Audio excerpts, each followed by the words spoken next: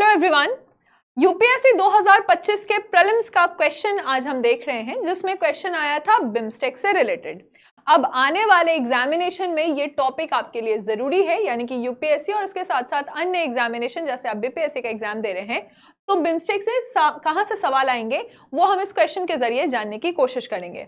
इस क्वेश्चन को आप देखेंगे तो लिखा है यहाँ पे कि ये एक रीजनल ऑर्गेनाइजेशन है, जो कि अभी अगर हम जनवरी 2025 तक की बात करें तो इसमें 7 देश हैं। क्या ये बात सही है कि इसमें 7 देश हैं?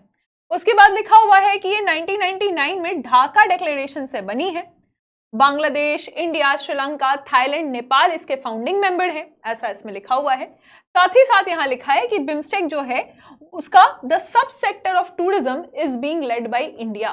तो क्या इसका सब सेक्टर टूरिज्म के बारे में, यानी कि पर्यटन का जो उपक्षेत्र है, क्या इसका नेतृत्व भारत कर रहा है?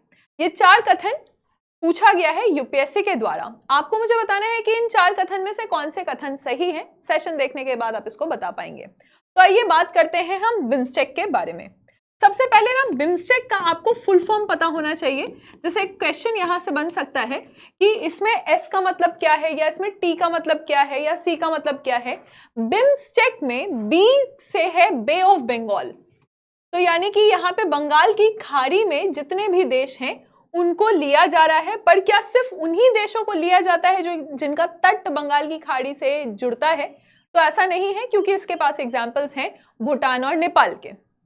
तो बिम्स्टेक में बी से है बे ऑफ बंगाल, आई से है इनिशिएटिव। इनिशिएटिव का मतलब क्या है कि यहाँ पे हम पहल की बात कर रहे हैं। एम से है मल्टी सेक्टोरल। मल्टी सेक्टोरल का मतलब क्या है कि हम अलग अलग क्षेत्र की बात कर रहे हैं, एक से अधिक क्षेत्र की बात कर रहे हैं। और साथ ही साथ यहाँ पे टी से है टेक्निकल, और टेक्निकल एंड इकोनॉमिक। इकोनॉमिक यानी कि यहाँ पे प्रौद्योगिकी के साथ साथ, टेक्निकलिटी के साथ साथ हम यहाँ पे अर्थव्यवस्था की भी बात कर रहे हैं। और इकोनॉमिक क्या करना है, हमें साझेदारी करना है, कोऑपरेशन करना है, इस पे बात हो रही है। तो initiative for multi sectoral technical and economic cooperation. सबसे इंपॉर्टेंट चीज है कि आपका फुल फॉर्म क्लियर होना चाहिए बिम्स्टेक को लेकर। अब ये बना क्यों था, पीछे का एजेंडा क्या है, इसको बनाया गया था। तो आप देखेंगे कि पहले सार्क था हमारे पास, यानी कि South Asian Association for Regional Cooperation. SAARC में काम अच्छे से नहीं हो पा रहा था, इंडिया और पाकिस्तान का बार बार क्लैश हो रहा था। तो इंडिया ने एक और ऑल्टरनेटिव निकाला बिम्स्टेक के रूप में।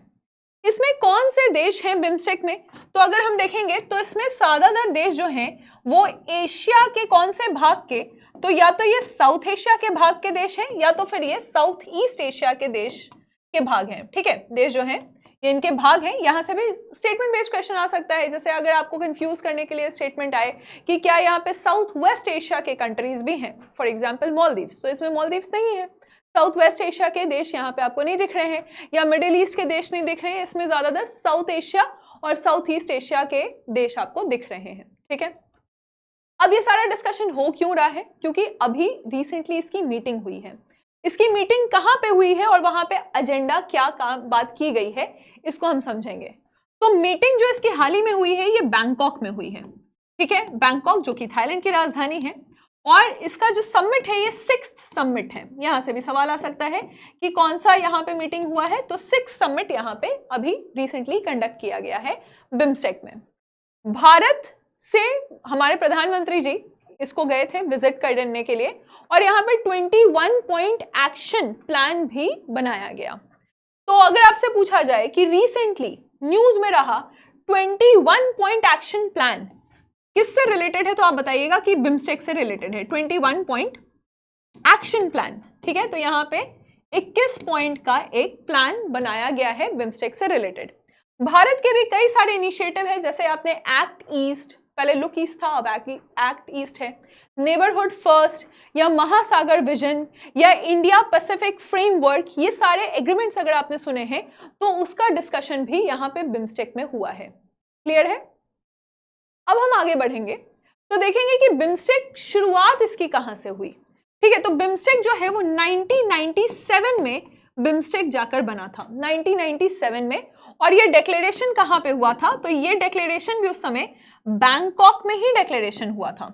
अब हम अगर इस क्वेश्चन को देखेंगे तो आपको ये समझ में आ जाएगा, जैसे ये लिखा हुआ है, it came into existence with the signing of Dhaka declaration in 1999।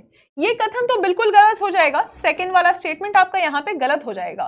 क्यों गलत है? क्योंकि ये ढाका के डिक्लेरेशन से नहीं बना है, ये बैंकॉक के डिक्लेरेशन से बना है, और ये डिक्लेरेशन कब हुआ है? 1999 में नहीं होकर 1997 में ये डिक्लेरेशन हुआ है, ठीक है। और अभी के समय में इसमें कितने देश हैं? तो इसमें 7 देश हैं, ठीक है। लेकिन इन 7 देशों को हम इस तरह से नहीं पढ़ेंगे, हम जानेंगे कि जो कंट्री पहले इसका फाउंडिंग मेंबर था, फाउंडिंग मेंबर कौन कौन से देश थे। तो आप देखिएगा अल्फाबेटिकली हम देख रहे हैं कि बांग्लादेश इसका फाउंडिंग मेंबर था, यानी कि बांग्लादेश शुरू से इसमें मिला हुआ है। बांग्लादेश जो है वो स्टार्टिंग से बिम्स्टेक में है। इसके साथ साथ इंडिया है, तो इंडिया भी इसका फाउंडिंग मेंबर था। इंडिया के साथ श्रीलंका है, श्रीलंका इसके फाउंडिंग मेंबर में है, और थाईलैंड भी इसके फाउंडिंग मेंबर में है, ठीक है। तो ये 4 देश जो है वो फाउंडिंग मेंबर है। थाईलैंड क्योंकि इसी की राजधानी बैंकॉक में ये हुआ है। उसके बाद क्या होता है कि भूटान, नेपाल, ठीक है, भूटान और नेपाल, ये 2 ऐसे देश हैं जो जिनका तट नहीं है ना, लैंडलॉक्ड है कंट्रीज। बे ऑफ बंगाल से तो तट नहीं है, लेकिन तो भी ये इसके मेंबर हैं। और साथ ही साथ यहाँ पे म्यांमार, ठीक है, तो म्यांमार को भी जोड़ा गया। तो अब आपके सामने ये 7 कंट्रीज हैं जो कि बिम्स्टेक के मेंबर हैं। अंडरस्टूड है? क्लैरिटी है? यहां तक कोई दिक्कत नहीं है? ये इंपॉर्टेंट एक डिस्कशन है। अब आपसे क्वेश्चन पूछा जाएगा, ये तो आपका बैक स्टोरी हो गया। आपसे क्वेश्चन पूछा जाएगा कि बिम्स्टेक का ये जो मीटिंग हुआ है इसके टेकअवेज क्या हैं, ठीक है। तो बिम्स्टेक की ये मीटिंग कब हुई है? तो ये 2025 में हुई है। यहाँ पे हम क्या बात कर रहे हैं? हम 21 पॉइंट एजेंडा की बात कर रहे हैं कि 21 पॉइंट का यहाँ एजेंडा डिसाइड हुआ है। तो इसके टेकअवेज क्या क्या है? आपसे पूछा जाएगा कि हाल ही में बैंकॉक विजन 2030 किस चीज से रिलेटेड है। तो बिम्स्टेक के जितने भी देश हैं उनका कहना है कि हम साथ में मिलकर एक रिजिलिएंट और प्रॉस्पेरस ओपन बिम्स्टेक बनाना चाहते हैं। तो यानी इनका कहना है कि हम प्रो बिम्स्टेक बनाना चाहते हैं। ये सब कुछ इंपॉर्टेंट है, ध्यान से सुनिए। ये कह रहे हैं कि हम बिम्स्टेक में प्रो बिम्स्टेक बनाना चाहते हैं। कब तक ये प्रो बिम्स्टेक बनाना चाहते हैं? ये इनका विजन है, ठीक है, ये इनका विजन है 2030 का, 2030 का, राइट। अब प्रो बिम्स्टेक का मतलब क्या है कि ये प्रॉस्पेरस, प्रॉस्पेरस यानी बहुत समृद्धि वाला, रिजिलिएंट जहां पे हमारे पास हर प्रॉब्लम के सॉल्यूशन हो, और ओपन, ठीक है, यानी कि हम ओपन रहेंगे बाकी देशों के लिए भी जो भी हमसे मदद मांगना चाहते हैं। तो ये विजन 2030 का है जहां पे हम प्रो बिम्स्टेक की बात कर रहे हैं। अंडरस्टूड? क्वेश्चन ये पूछा जा सकता है। अब इंडिया ने क्या कहा है या इंडिया ने क्या किया है? इंडिया ने क्या कहा है या इंडिया ने क्या किया है? इंडिया ने एक यहाँ पे बोधि इनिशिएटिव की बात की है।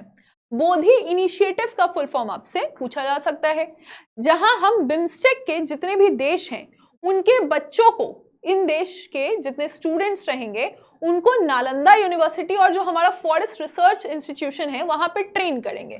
तो इंडिया का इनिशिएटिव है बोधि, ठीक है। तो बोधि इनिशिएटिव क्या है? बोधि इनिशिएटिव में हम बात कर रहे हैं कि जो नालंदा यूनिवर्सिटी है हमारा, और साथ ही साथ हमारा जो फॉरेस्ट रिसर्च इंस्टीट्यूशन है ना, फॉरेस्ट अनुसंधान केंद्र है, रिसर्च इंस्टीट्यूशन है, यहां पे हम क्या करने वाले हैं? हम स्टूडेंट्स को ट्रेन करने वाले हैं, इंस्टीट्यूट है, ठीक है।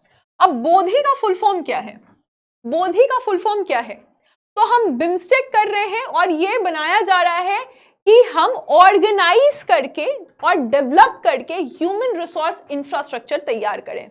तो बोधि का फुल फॉर्म क्या है? BIMSTEC, organised development